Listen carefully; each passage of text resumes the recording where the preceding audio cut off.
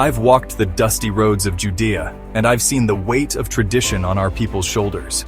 The story of Tamar and Judah, it's not just some ancient tale, you see. It's a living, breathing witness to how God works in ways we can't always understand. As we begin this journey, I want you to open your hearts and minds to the struggles of a woman who dared to challenge the customs of her time. Now imagine, if you will, Tamar, a young woman married to Judah's firstborn. But he was wicked in the sight of the Lord, and the Lord took him. As was our custom, Tamar was given to Onan, Er's brother, to continue the family line. But Onan, he refused to fulfill his duty. The Lord saw Onan's wickedness and took him too. And there was Tamar, twice widowed, with no child to show for it. Judah, he promised her his youngest son Shelah. "Wait," he said, "until the boy is grown." But time passed, and Judah's promise, it remained unfulfilled. Tamar was left in limbo, her future uncertain, her hope dwindling with each passing day. Now Tamar, she wasn't one to sit idly by. No, sir. She saw the injustice, felt the weight of broken promises, and decided to take matters into her own hands. And pass he did. Judah, not recognizing his daughter-in-law, propositioned her. In exchange for her services, he promised a young goat from his flock. But Tamar, she was clever. She asked for his seal, his cord, and the staff in his hand as a pledge. Judah agreed, and thus began a chain of events that would shake the very foundations of their family.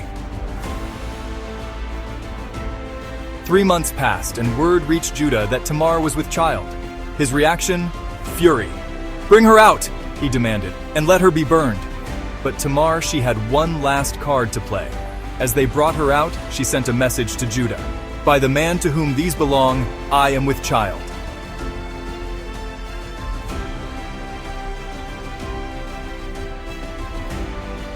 In that moment, Judah's eyes were opened. The scales fell away, and he saw the truth of his own failings.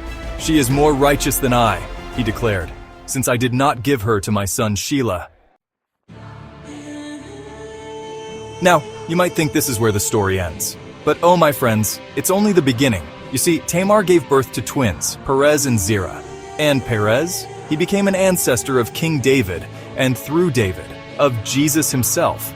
Tamar's name is right there in the genealogy of our Messiah, a witness to God's grace and his ability to work through the most unlikely of circumstances.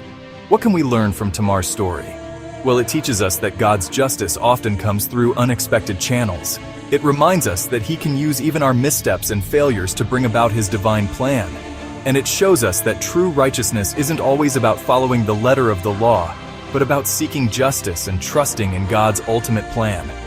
As we close this chapter of our journey, I want you to reflect on Tamar's courage, Judah's humility, and God's overarching plan.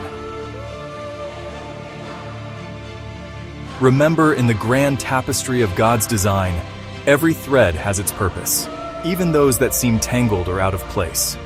May Tamar's story inspire you to seek justice, to trust in God's plan, and to find courage in the face of adversity. Until next time, may the Lord bless you and keep you.